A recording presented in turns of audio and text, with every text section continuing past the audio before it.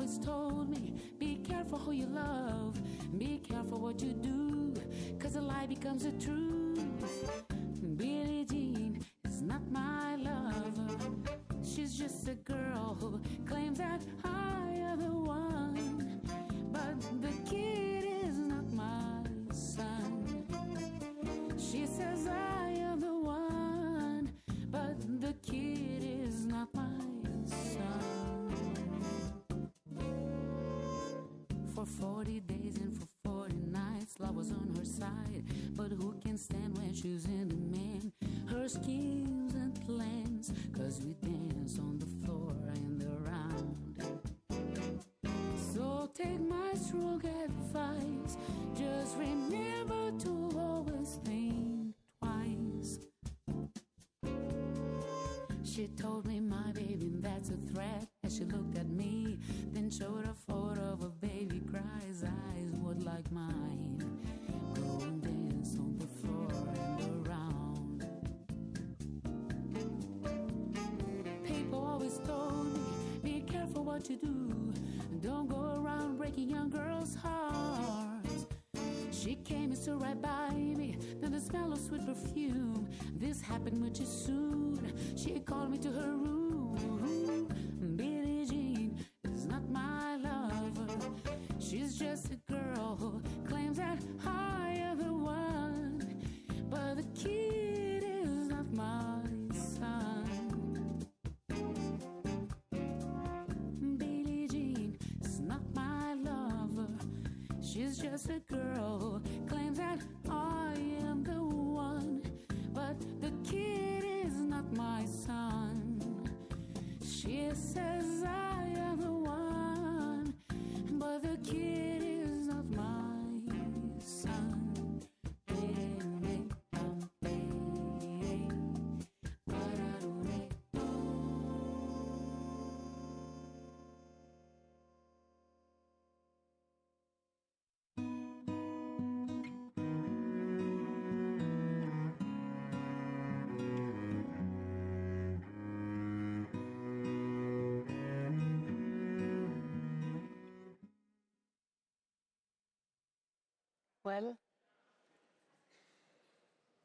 Well, we have arrived to the last session of the Congress. I do thank to all who decided to remain with us.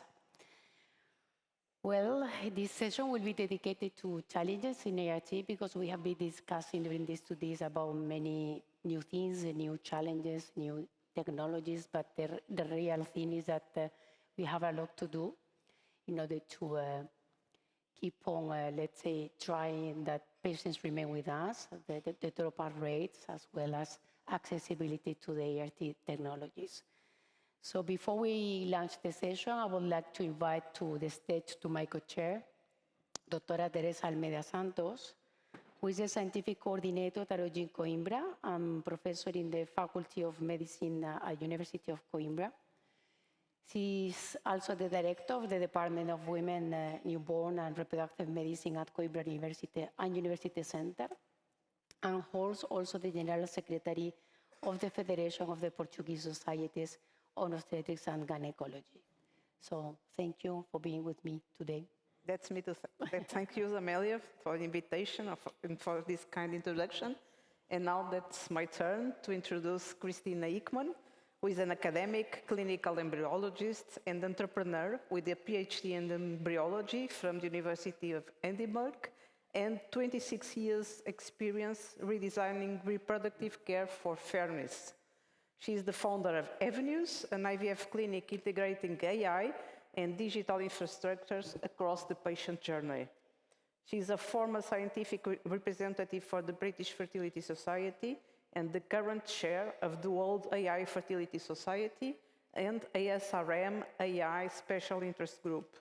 She has built 13 IVF clinics worldwide and advised over 250 clinics across 20 countries. Cristina combines scientific rigor with systems thinking, translating ideas into responsible innovation embedded in routine clinical care. Thank you, Cristina. Thank you, Teresa, and thank you, Eugene, for putting together this amazing conference this was a good excuse to come over and have a bit of jamon, have a bit of gazpacho, and I even got a red rose. Apparently, I have to give a book back to some guy, but so this is a real pleasure. And the talk today is about dropouts, which is unusual, because usually I'm giving talks on AI. So I really, really welcome the title that I received, because it's something that is so important in how we've been practicing and how we've been building the clinic that I'm working in today. And, you know, ironically, put me on the very last session, so we can see the dropout from the first session to the last session. You guys are the survivors, the resilient ones who stayed here to the very end. So a special thank you to all of you for being here with me today. So my disclosure is that I've been in this field for 25 years. I worked in the industry trying to build lots of AI and robotics-driven products. And I've now exited all of that and consolidated to use all of these products that we've been building for the last 20 years and use them synergistically together in a single clinic. The idea behind Avenues was to show how when you use all of these technologies together, it's not just about proving RCTs.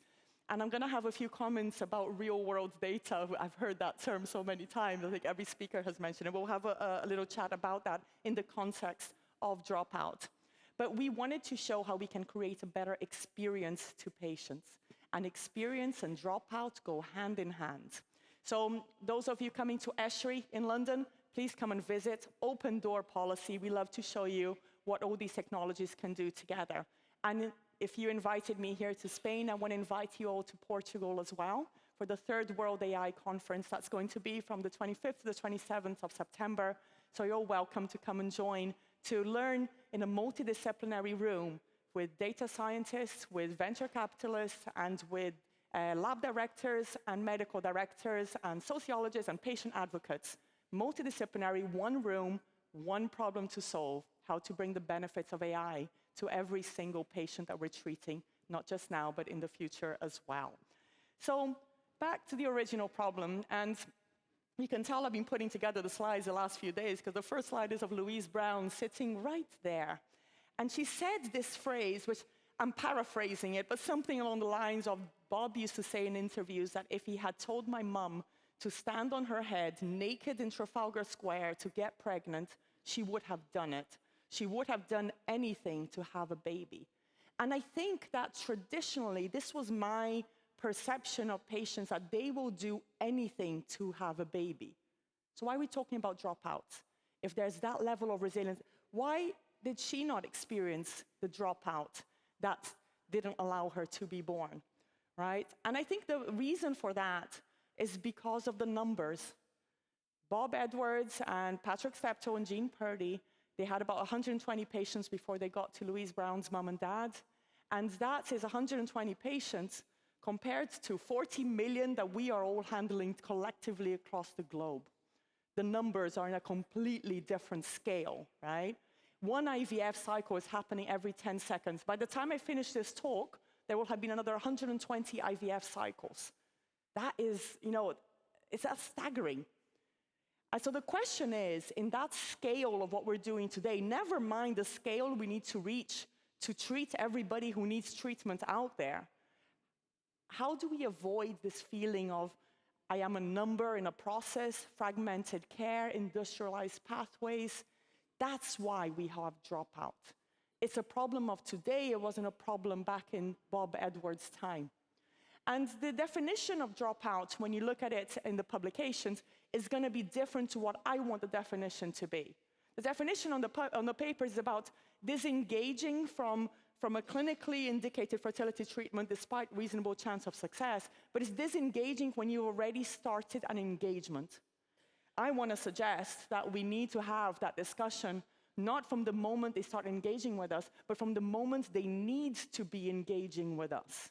So to give you an idea on numbers, you have 120,000 struggling people, women in the UK, and only 50,000 have treatment. Between them doing 68,000 cycles, out of which only 20,000 go home with a baby. There's 100,000 people in that gap. Where are all these people going? What's happening with them? What's the impact on their life, on their definition, on their dreams, on their hopes, on what makes them be who they are? But let me make it clear what dropout is not. It's not completion of treatment. It is not telling a patient it's time to stop because your chances are futile. That is not dropout. That is helping them reach the end of their journey so they're feeling fulfilled, they're feeling completed, and they're feeling at a stage that I gave it a shot, it didn't work, I'm going to move with another plan. Transitioning to another plan, transitioning to another journey or medical route is not dropout. So that I'm not even going to touch on anymore, but I want you to understand, because it's important to know what dropout is so you know how to measure it and what are the inclusions and exclusions of it. Success increases with time, but only if the patient stays long enough to get to that baby. And this is when we get to the stage where the biology side, I think we've covered in the other lectures, right? We're not limited by the biology. The biggest impact of not getting a baby to the patients is retention, is keeping them in treatment long enough to get to that baby, right? But how many of you in your KPI meetings are you actually quantifying dropout?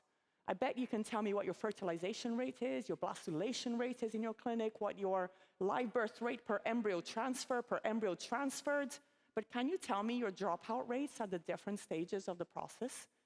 Nobody looks at that. We're so focused on the clinical outcomes, we forget dropout. What are we ignoring? 30 to 40% according to the publications. That's a lot. Is that more than you were expecting? A few nods in the audience, right? That's a lot. It varies, okay? So what affects your dropout rate? One thing is the country you're in. So these are based on publications out there. And if you go to France, you're half the chance of having the dropout than if you go to America. America, it costs so much more. So obviously cost is having an impact there. But even in countries where IVF is fully funded, you're still seeing a quarter of the patients dropping out. So money is not the full picture. It's part of the picture. It's an important discussion in the dropout, but it's not the full picture. The other thing is the age of the patient. The older the patient, the higher the chance they're going to drop out. The irony, because they are the ones who need the more cycles to get to that baby.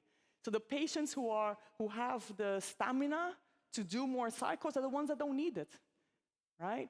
So number of cycles they're having, the larger the number of cycles they've had, the higher the chance that they're going to drop out, right? There's only so much energy in that internal battery for them to take on another cycle.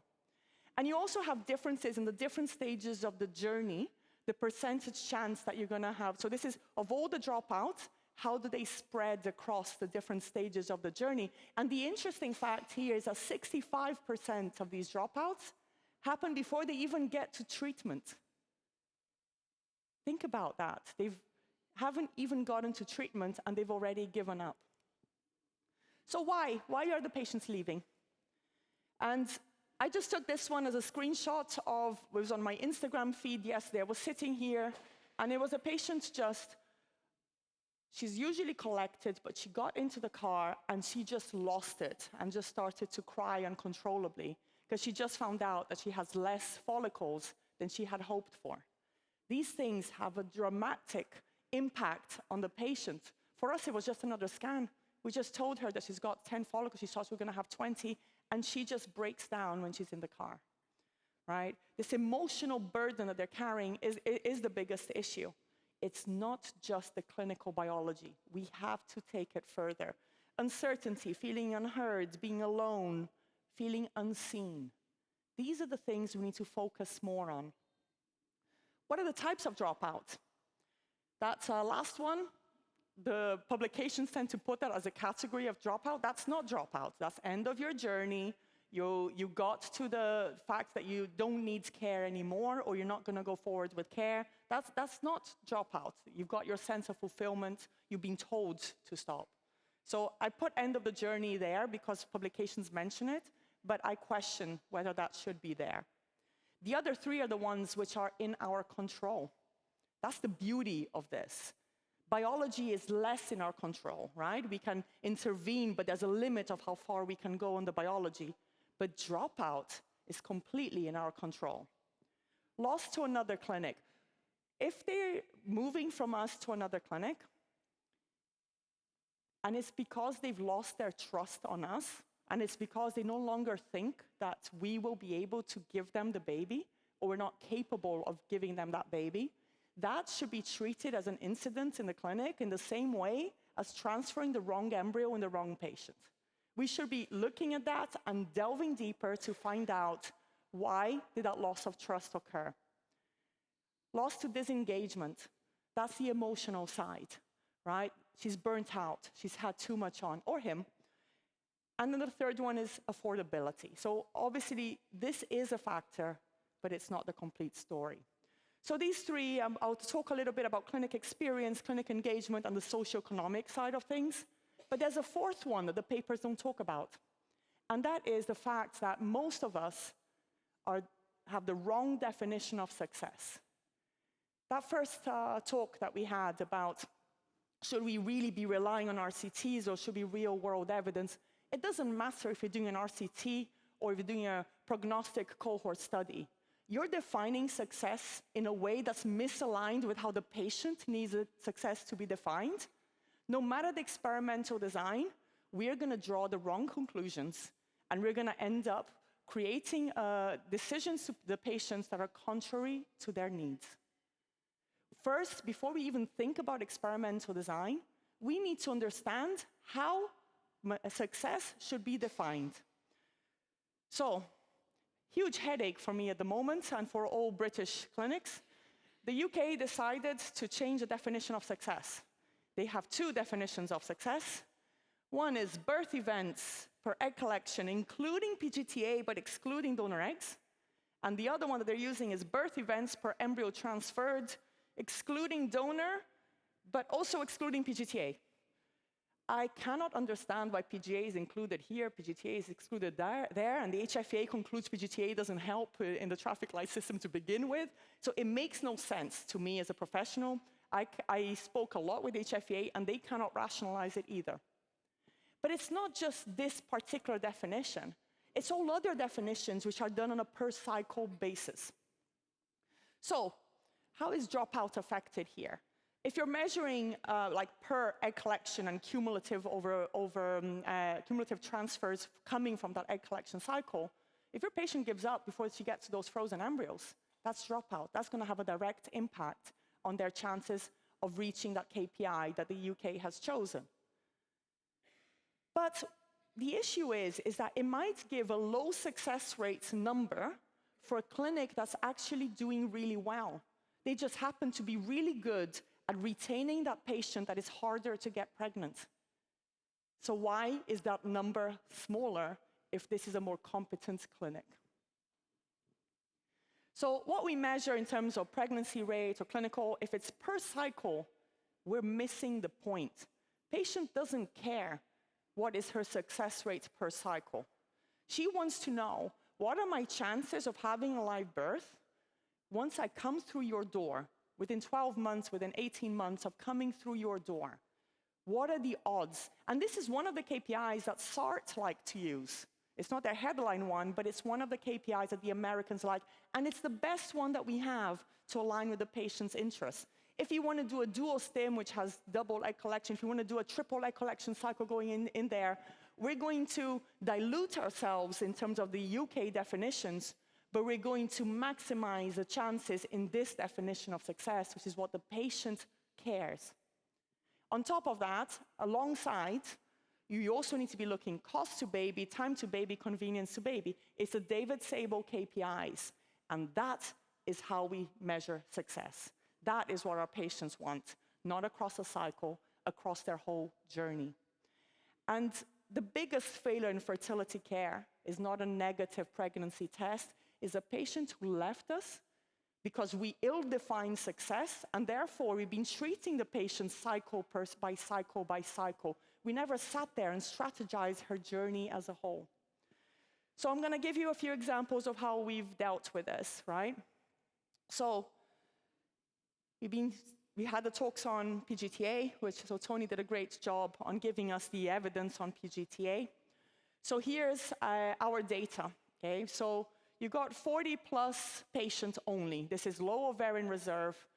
These are the patients who are most likely to give up and drop out, remember? compared to the young patients. So if she does a single cycle with no PGTA, her cost to baby is going to be £400,000 because she's going to be transferring back all those aneuploids, not knowing they're aneuploids, doing frozen embryo transfer after frozen embryo transfer until she hopefully gets to a baby, paying as she goes to get to that baby. Or she can pay a little bit more, have PGTA on her top 3 embryos. She doesn't need to PGTA everything, top 3 embryos. And that now brings your cost to baby to a quarter of that, 99,000. We went further. We spent a lot of time mathematically calculating based on HFEA data, based on our data, and based on publication data, how can we get lower than that?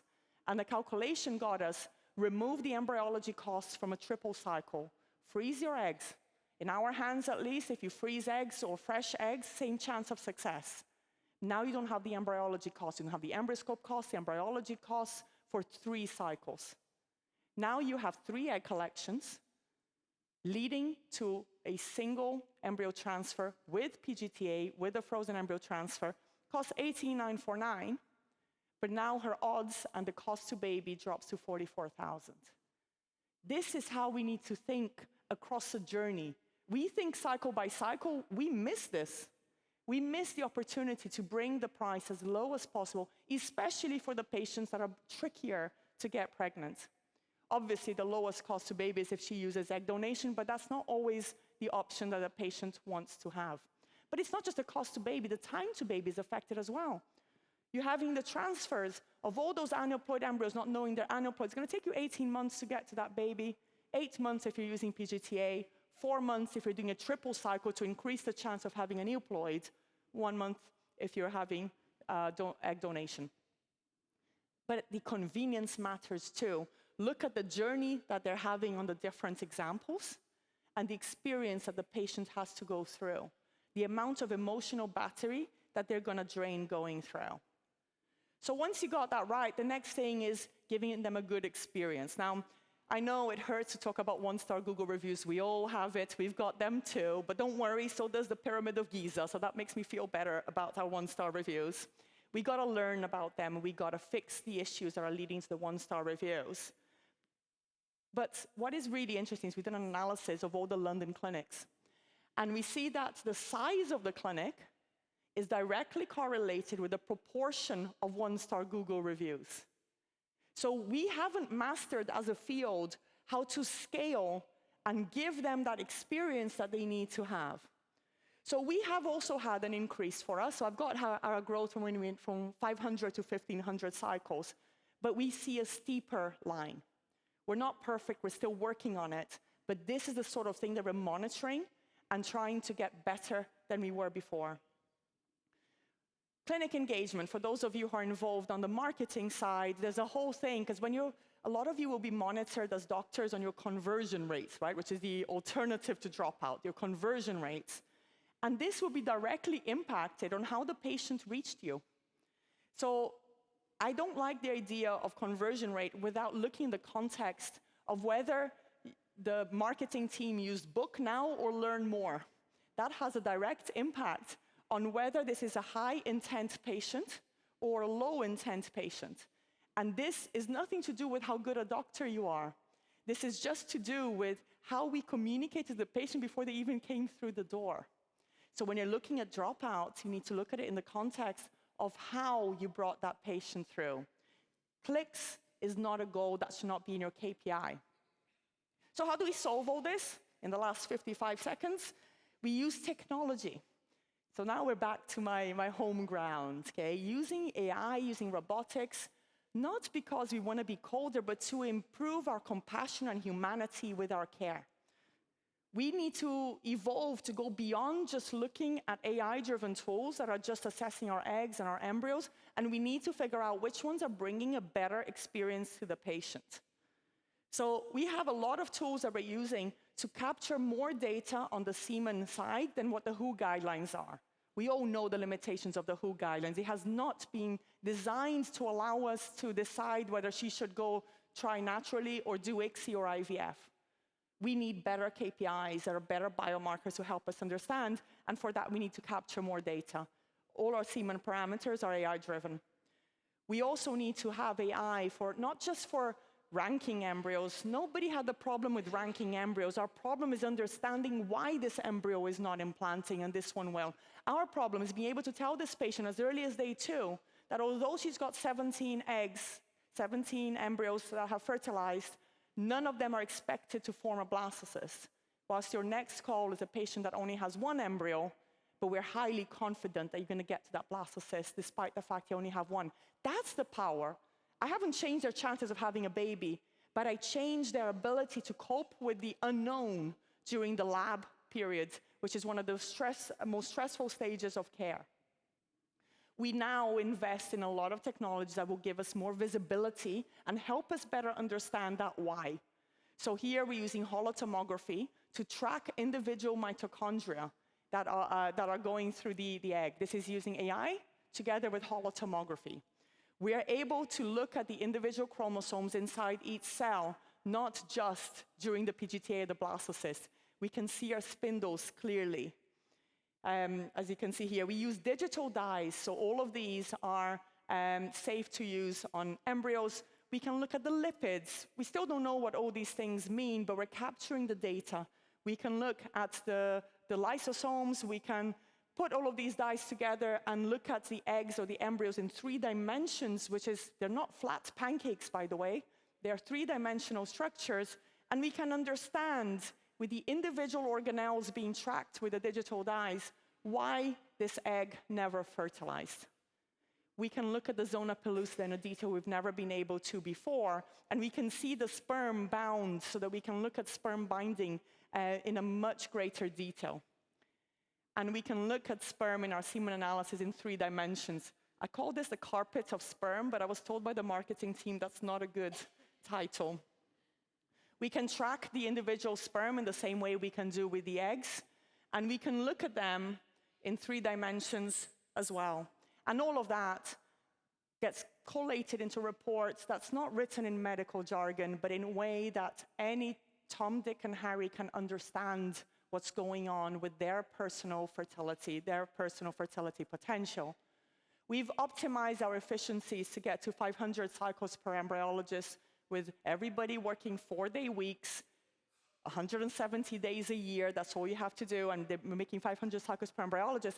But we make sure, this bottom line, that there's a lot of face time with the patients, because this is where we're going to reduce our dropout rates. We're working on AI to better understand how we can predict the dropout. We're working on AI to look at every communication we have with the patients. And this is done by transcribing everything that is said to the patient, whether it's in person or in consultation.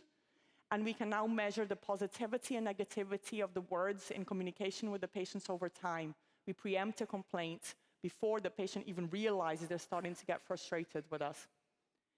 So in conclusion, and I say this as an embryologist, IVF does not fail when embryos fail. It fails when the patients drop out.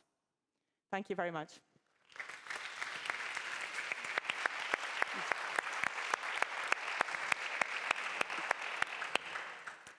Thank you very much, Dr. Hickman, for this inspiring and realistic at the same time topic and talk.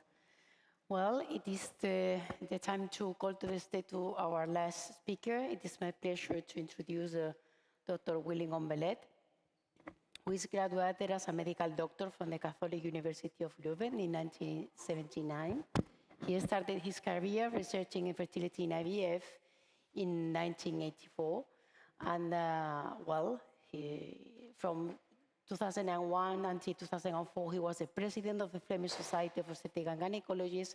He has contributed, as you may know, to around 200 international peer-reviewed articles, and he was co-editor of 17 books. So it is a real pleasure to have you here with us. So please, the floor is yours. Thank you so much. First of all, I didn't accept an invitation. I'm very happy that I can talk here in this meeting about access to care. On the other hand, it's not easy to give a lecture after such a fantastic speaker. This I will do and try to do the best of it. Disclosure, I have no commercial interest. The more I work on this project, the more I have to invest myself. This is not a problem.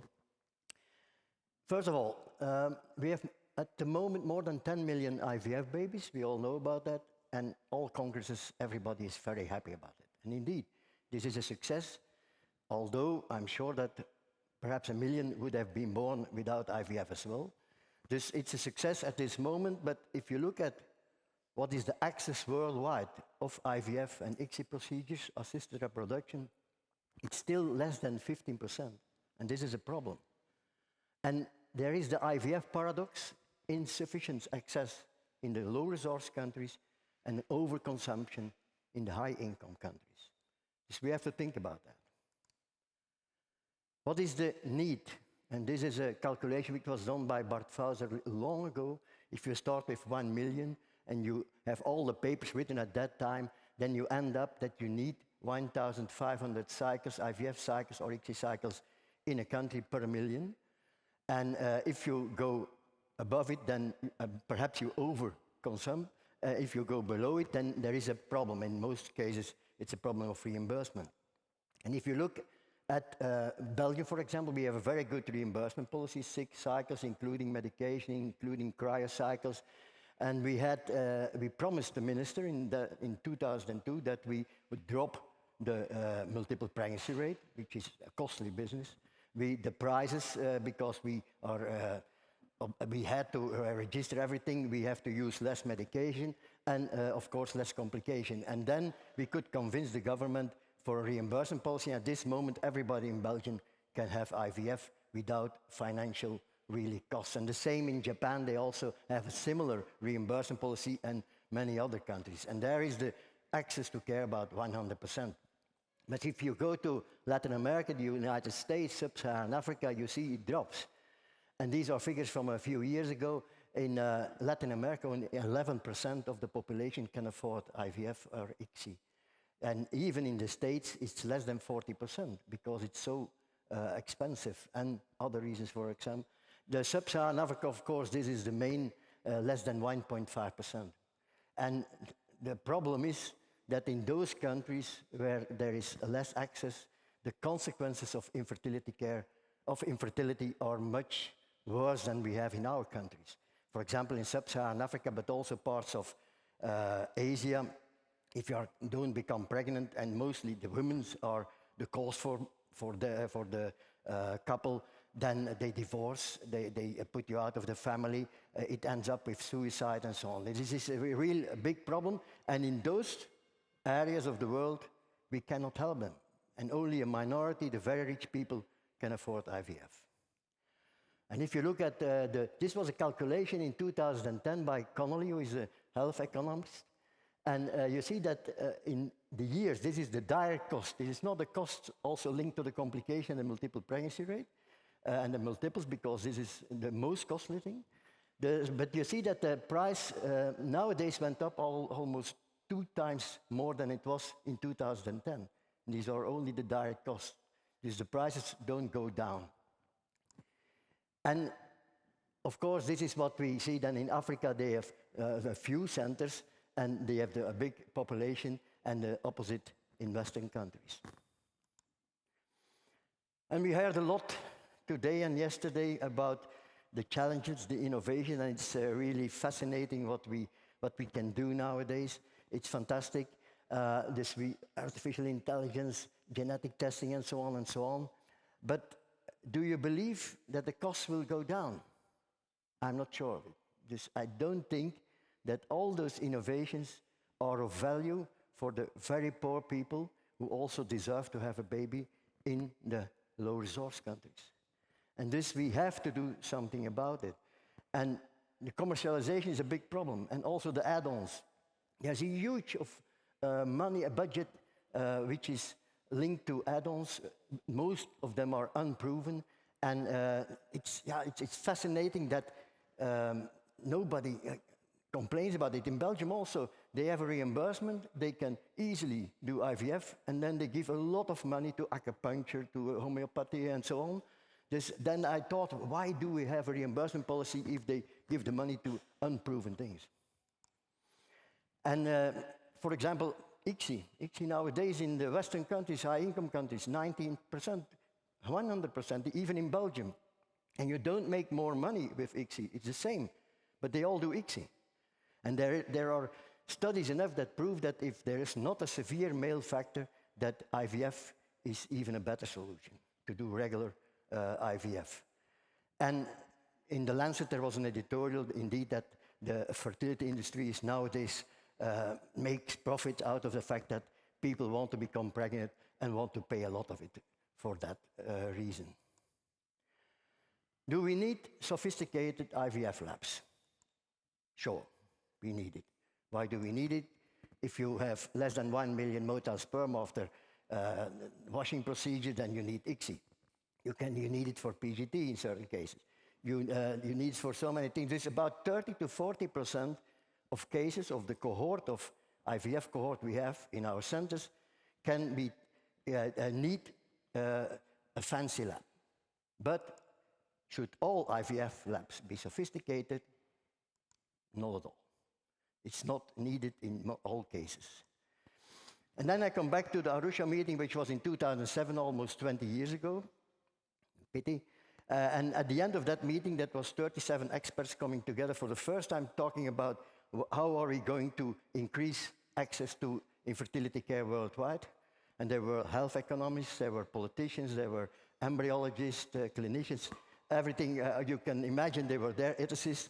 And at the end of that meeting, we decide we can only increase access if we make the diagnostics, the stimulation protocols, and the laboratory, if we can make it cheaper, simple, but efficient, effective, of course, and affordable. Otherwise, it will never happen. Then there was a calculation of Professor Huizer from South Africa, from Pretoria, and she found out that the cost for IVF, and it's very similar with ICSI, that more than 1/3 of the cost is linked to the laboratory. And that's where we focus on this lecture. Then Jonathan van Blarcom, an embryologist of Colorado in the United States, he told me on a meeting 1 year after Arusha, I met him in Cairo, and he told me, I have a method which we use on cows and it's so easy, it's simple, and you can use it also for human beings, I'm sure of it. Then we tried to convince the ethical committee in Belgium to use that method, a method where we produce the gas ourselves by bicarbonate and citric acid, 2 tubes linked to each other, and after 1 day, you have the exact pH, exact concentration of gas, CO2 and oxygen in that tube, and that tube remains closed. It's a closed system. Then you put in the egg and the sperm. That's what this very difficult to convince the ethical committee of Belgium. It took me more than a year. But then they decided that we could start with a prospective study. And in 2012, we presented the first pregnancies in the Ashley meeting in London. A lot of interest worldwide, but they thought now everything is over. Now we can all go for IVF. It will be so cheap. But as you know, it's not that easy. Because there was also in the Lancet Global Health, a few years ago, there was an editorial. And the question was, why didn't things happen? And they referred to my paper, which was linked to the Arusha meeting. It was in the Human Reproduction, in the monograph of the Arusha meeting, of all the lectures. And it referred to the fact that now, 10 years later, they didn't do anything. And then I tried to explain what happened. First of all, you have to prove that your system is effective, safe, less expensive, of course, and feasible. These are the things we have to focus on. And then you need studies. And it's not only difficult to convince ethical committees if you come with a system which they think it cannot work. And then you have to publish it. And to publish such papers, I can assure you, and I published a lot of papers, these were the most difficult, because the referees didn't care about the methods and so on. They looked to different things. They didn't want to give the message that it could work. Very, very strange. But we had to do it. Thus we started with a study, a prospective study using sibling oocytes when a certain patient, there was no severe male factor, and if they had at least 6 eggs, half of the eggs were fertilized with ICSI, half of them were fertilized with our IVF system, the simplified system. And at the end, you can see the success rate, the ongoing pregnancy rate was almost identical. Is it safe for the babies? We found we compared our singletons of ICSI with the singletons after fresh embryo transfer, because otherwise you have the problem of the cryopreservation as well. And we compared this with our baby singletons with our system and those with ICSI. And there was no difference, but you can see that we found a less low birth weight, less small for gestational age, and less prematurity. And then we did another study, because in Belgium we have a good registration of all cycles have to be registered, because there is a reimbursement policy. This we had all the details of all the other IVFs in Belgium, and we compared our singletons with all the babies born in Belgium during this same period, and we found almost a statistical significant difference between both in favor of our babies. And then we adjusted for female age, attempt rank, IVF, only IVF, not ICSI, ovarian stimulation protocol, single embryo, double embryo transfer, and so on. And then it became clear that in this case there was a significant better prognosis for the babies using our system. No interest at all. This we published it. I didn't have one comment for whatever. This I have the impression that most IVF centers think that positivity of ACG or clinical pregnancy rate is more important than the outcome of the babies. And this is, in my view, not the right way to do it. We also did a study to find out is it less expensive, the lab and so on. And of course, this was also published. We found that it's much better and much, from an economical point of view, much easier. But even all those papers, I thought now I've done my job. And no interest. I tried to send a comment to Lancet Global Health, and they didn't even want to look at the paper. And then lucky for me, Human Reproduction Open, which is also a high impact journal, they were interested, and we published it last year. And you can find all the details of what happened in that period in this paper. What are the ongoing developments?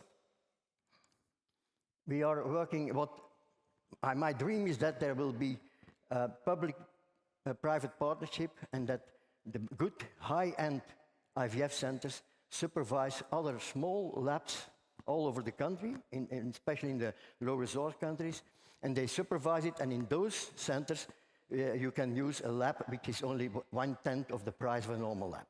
You only need a good microscope, you need laminar flow, and you need temperature box, that's all. The other thing is we also have proven that you can even do IVF in a container. I will talk about it a bit later. And the recent development is that we now found the tube, and the right stopper, so that we can deliver pre-gassed sterile tubes together with the medium in a box. We can deliver it, and you can start IVF in a low-cost lab with almost similar results as we expect with conventional IVF. We are ready to start with observational studies on this one. This was the container was the work of the PhD of Gerard Boschoff in Pretoria.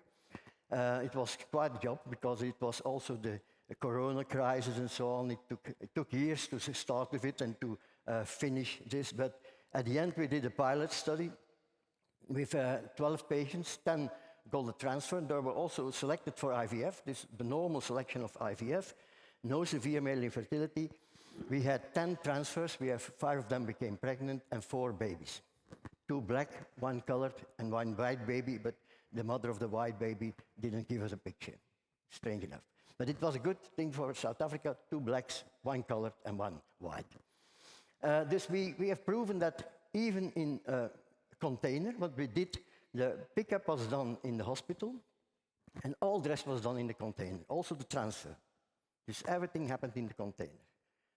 I think we have proven now that with the system we have now, the pre-gas tubes, you can have very good results even in low-cost laboratories. The contra for our product is that it cannot be used in severe male infertility. If you need ICSI, you can't use it. And a higher volume of culture medium. We are now searching for the low-cost culture medium, which is the best one for our project. But if you look at the pros, 70% of the population can be treated, and I'm talking about the low-resource countries. I never convinced the Western world to do this. Building an IVF cost will less than 10% of the normal cost. Running costs are lower. Training is very easy, 1 or 2 days, and you will know how to do it. There is less variability due to the fact that you have a closed system. There is no influence of the air quality in your lab and so on. Success rate is equal. Better perinatal outcome we expect can be done in a mobile unit, not needed, of course. And also we use less plastics, 30% less plastics compared to normal IVF. And the marketing will be done by a non-profit organization, which is different, of course. But now we try to convince a few companies to be involved so that we can run it out in different countries. And there is I think, some hope. Also from a business side, there was a calculation, it is published in The Economist a year ago or 2 years ago, that if IVF was much cheaper, $500 to $2,000 per cycle, and this is what we easily can do for that, then you see that the number of cycles will increase tremendously. And you know, with more cycles, much more cycles, you can become rich as well. If you look at IKEA, if you look at Aldi, what is the common factor? They have good quality, low prices, and a lot of customers. I think there is hope for the future for our project. Thank you so much.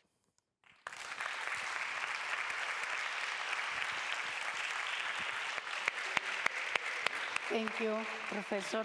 Please take a seat. So, what 2 big problems do we have, don't we? So on one side, patients that come to us but don't remain, so they cannot get pregnant even though we have the highest technology.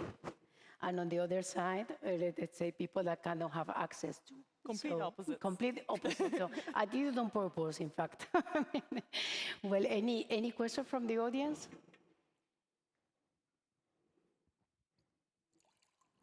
There's one over there. Okay. Sorry, with the lights, I cannot see it. Can we approach a microphone to the central corridor, please?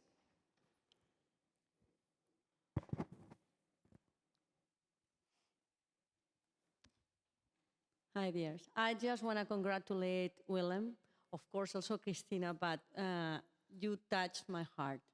You know, doing such a good job for the wellness of good people who cannot afford, you know, to have children through IVF. I mean, I take out my hat, you know, I mean, congratulations. Thank you. Any other comment or question for the audience? Yeah, over there. I have a question for Cristina. Thank you so much for the amazing talk. I wanted to know your opinion on impact of psychological counseling with regards to dropout rates.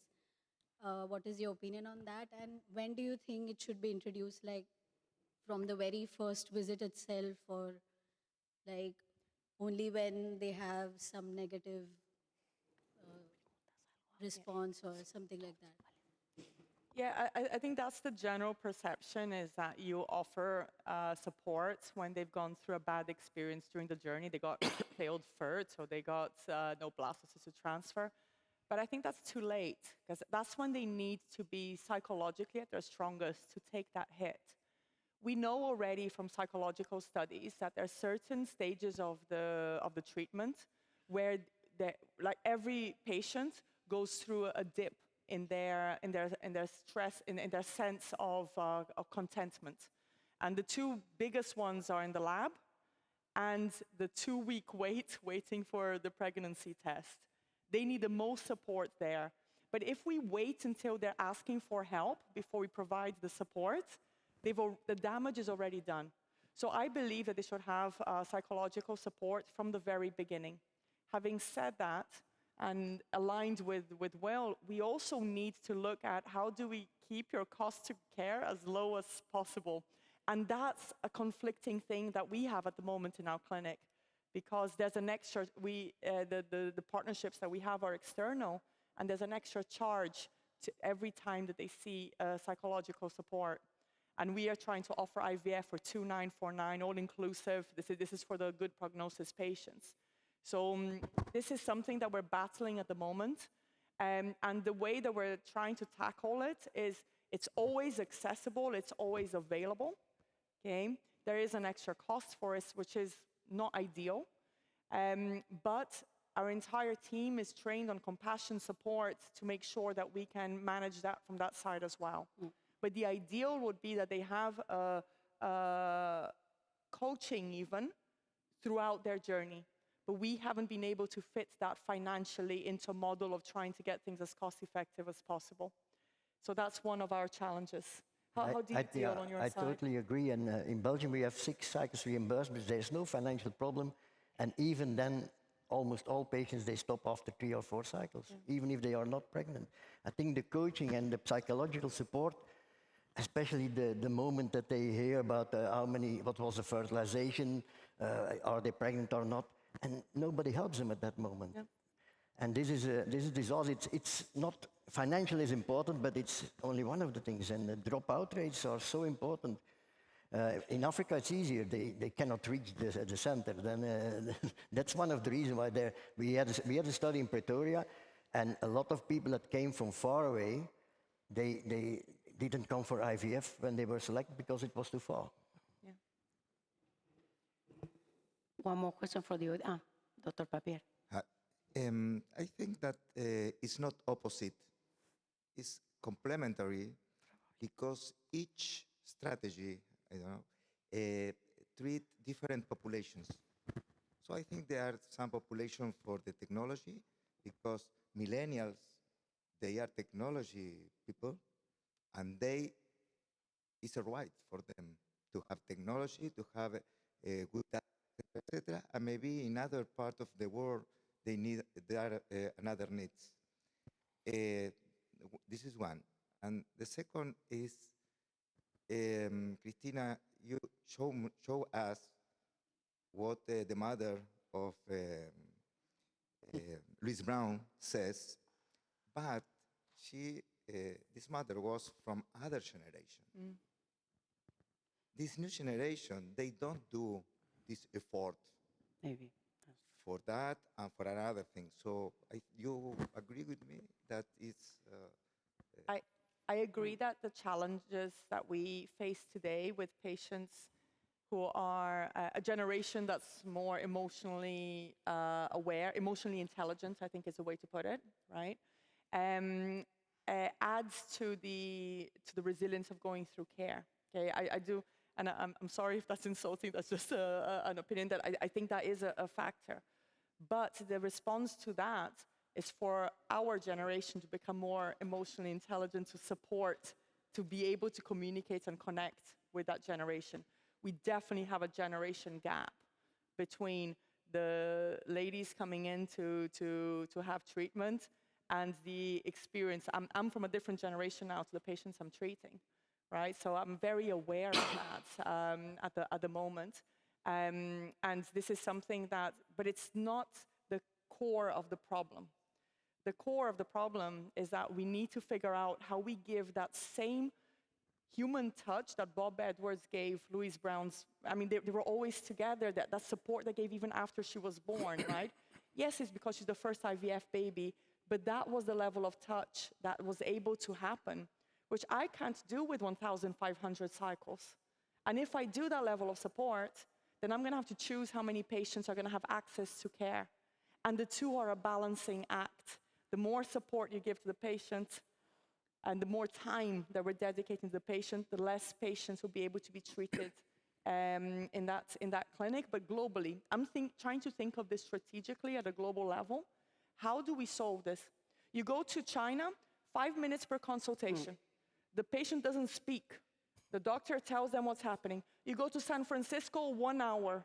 The doctor barely speaks, it's all the patient, right? Like, completely different. But if you were to do the San Francisco care in China, nobody will have a baby, right? So it's a constant balancing act between giving them the best customer experience, enough that it doesn't get them to go through dropout, but sufficient that they feel fulfilled, contented, listened, heard, supported. And that's, for the number of people that need IVF in the world, impossible to do it without technology. I have looked at this from every angle, impossible. The low-cost IVF that we're offering, the 2949, it's only possible because I have 500 cycles per embryologist. That's only possible because I have 100% time-lapse, 100% AI. 70% of the time of embryologists everywhere else is administration. Our embryologists don't do admin. You finish a cycle, you go to the next. There's no documenting the EMR what you did. The machines know what you did, right? That time is saved. If you're doing it somewhere else without the technology, you're going to have to write it down, you're going to have to scan the paper, you're going to have to, do you understand? That time goes somewhere else. So we are constantly engineering it to make it as cost-effective as possible, because that's our measure of success, cost to baby, time to baby. That's what we want to reach. Yeah. And I do think that it does translate to, I mean, I worked in Trinidad and Tobago for 2 years, a very similar projects than yours, but I think yours has gone further. I wish we had met back then. I could have taken so much advice when we're trying to tackle that problem.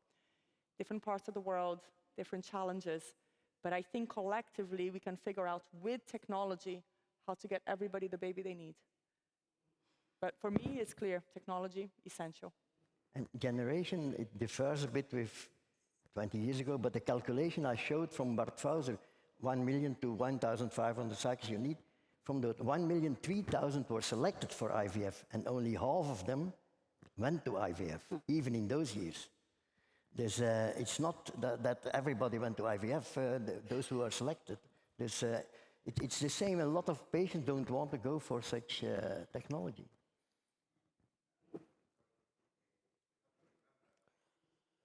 The first IVF was technology.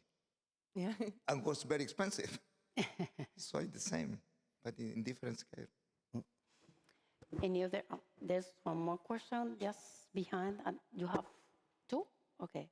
Oh my God, I cannot see with the light, so sorry. But while the microphone is moving, yeah. I wish IVF was free to everybody. And I think we need to figure out how we get there. But that should be the goal. You need a baby, you get the treatment you need, free of charge. That should be what we all heading towards. Thank you. Thank you to the speakers and again to the moderators as well. I would also like to just communicate how in awe I am of the work of Willem. As someone with a global health background, I'm actually very excited to finally hear this conversation in the context of ART and infertility. And I was wondering, have there been, or do you, what kind of cultural barriers do you expect to scaling up such low-cost treatments in low-income settings? As far as I know, I think there's maybe the stigma related to infertility and infertility treatments is slightly different compared to what we experience in Europe, for example. So I'm curious to hear more about, what kind of challenges do you expect in pursuing this further? I'm not sure I understood the question. What was there? Challenges of stigma to infertility. The stigma, that's immense over there. And very strange also, for example, in Indonesia, if the woman becomes pregnant and it's an early miscarriage, then she's accepted by the family. But childlessness is not only infertility. It's in some countries, if you don't have a child, then you're out of that. Then you're less than a dog or a cat. Because they put you out, and that's a lot of countries. Still now, it's still male-dominated societies. But for example, in Indonesia, what some doctors did, they injected ACG, and the test was positive. It was because of the injection, and they were accepted by the family. Just to tell you, it's so different between. But of course, the problem with our system is also we can create expectations, and a lot of them will never become pregnant. This is also, it remains a problem. This is what they always told me, you don't make it too optimistic, because then you have another stigma again. We have another question from Dr. Ten. Thank you so much. This is a question for Cristina. I'm worried about the integration in the routine in the IVF lab of the AI. For us in the past, we have been with some problems. We have to deal with a lot of problems of integration. And I don't know, how do you manage constant AI updates or new AI software without compromising clinical consistency of your patients? That's a very good question on the integration. It's the biggest headache, right? So all the different, I have the benefit that I worked in most of those companies, and I left them with a view of this is now going to be a sandbox that we're going to be able to show the benefits of this technology to the world when they're all used collectively together. But they are still separate companies. So the way that we solve that issue is that we do have a tech team in-house that helps us with the integrations where the companies are lower priority or lower, maybe they're not interested in building that necessary integration. The way that we see it is that, so when I first joined the companies, after being an embryology, a lab director for more than 20 years, I went into these startups thinking, we raised 110 million in the first company, and I thought, we're gonna solve the whole journey. 110 million is a lot of money. We solved cryostorage, okay? One little bit, cryostorage with 110 million. And that's when I realized one company can't build the whole solution. The fertility journey is too complicated for a single company. And this is why I worked in so many companies, because I needed different parts of the journey to plug in. Next problem, how do we get them to talk to each other so you don't have 50 different apps, right? And it ends up creating more administration in the end.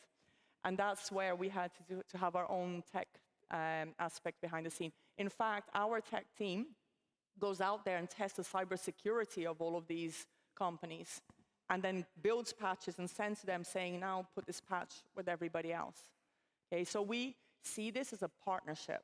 I don't see this as I'm their client. I'm seeing this as they are helping me create a better journey for my patients.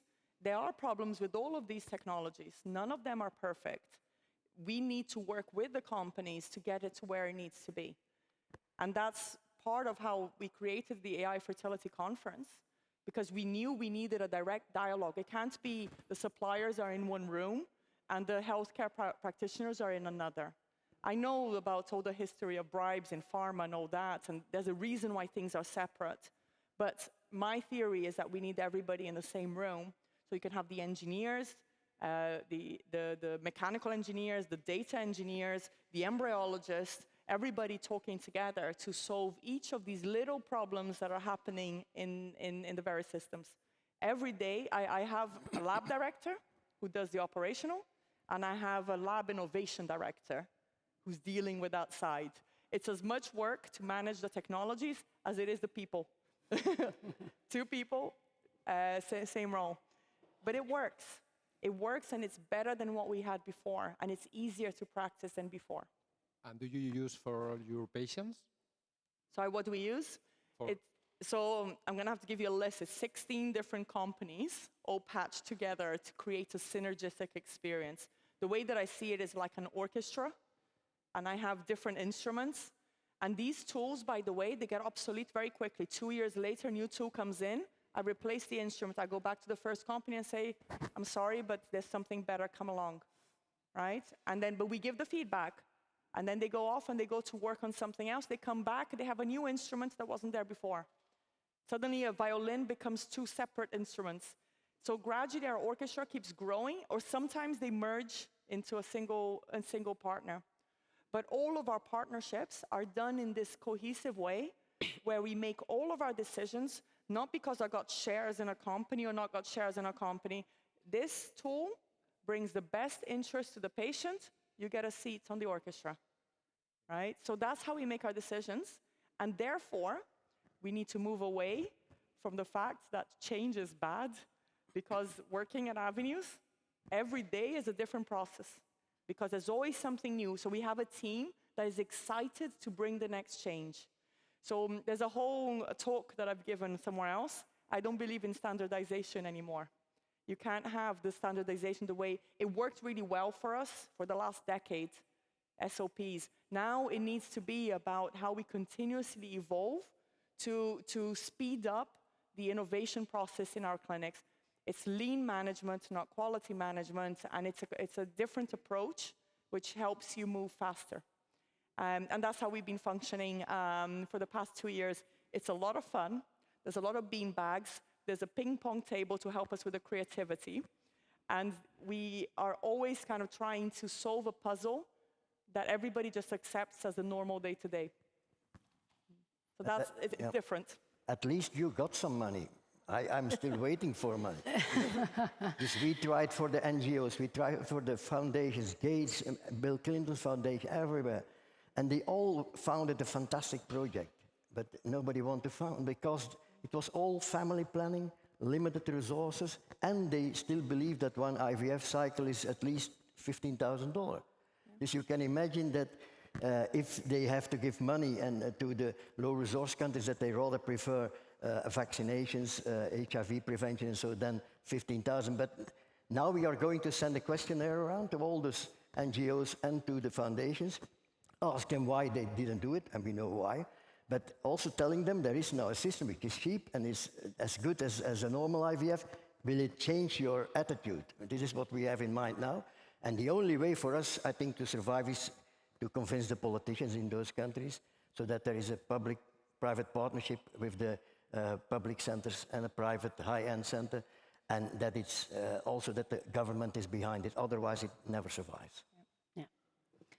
Any other comment from? May I have make you a question, Professor Amble? I did enjoy your presentation. It remembered me of back in the 90s, where we had to adapt also in Portugal, and we had what we called transport IVF. So the women was monitored, stimulated in a town. The male collected the sperm, but on the day of the oocyte collection, they had to travel to another town. The man had a belt, and the sperm was in the belt to keep it warm, and it worked. It worked. So we had to adapt to what we had at the time. But my question is, how do you think your method would be accepted or make acceptable in this world where we live, for all those people, for instance, in the USA, for those thousands of people who really need IVF but can't afford it? How can we make it acceptable and so that they don't think it's a low-cost treatment or a less effective treatment or less qualified treatment? I think in the high-resource countries, it will be so difficult to change their attitude. If we could convince, for example, in the States that some people only do IVF and only the IVF cohort, and they will do it in a lab as we will introduce them, then it could be possible. But nowadays, it's also difficult to have some connections over there, and also Van Blercom didn't realize to do it in the States. And we had to do our study in Belgium, otherwise there was nobody interested. And because at that time it was also not consumer friendly. The embryologists didn't like it because they had to do the manual thing of the tubes and so on. But now we can give it ready to use. You cannot have an easier way. But I think in our Western world, I think it's too late. It's too late. Probably. Okay, let's leave it to the low-resource countries. Well, I think we are going to close the session. Thank you to the two speakers, okay, because I think you put on the table too many relevant topics that gave us food for our thoughts. Yes. Thank you so much for everybody for being here, okay? So we have come to the end of the Congress. So I think I feel a little bit a big sense of, let's say, of gratitude and inspiration after these 2 days of exchange. I think that we have accomplished all the goals that we have aimed to. I do thank you for having been here. I do thank all the speakers, all the sponsors for their support, all the attendance. I think that the quality of the exchanges is what always makes EBART different from the rest of the conferences. But please, before you leave, I ask just one last favor to you. Grab your telephones, grab your mobile phones, look for or search for April 2028 and mark your calendars for the next appointment. So thank you all for having me here, and see you in 2028. So, thank you, no?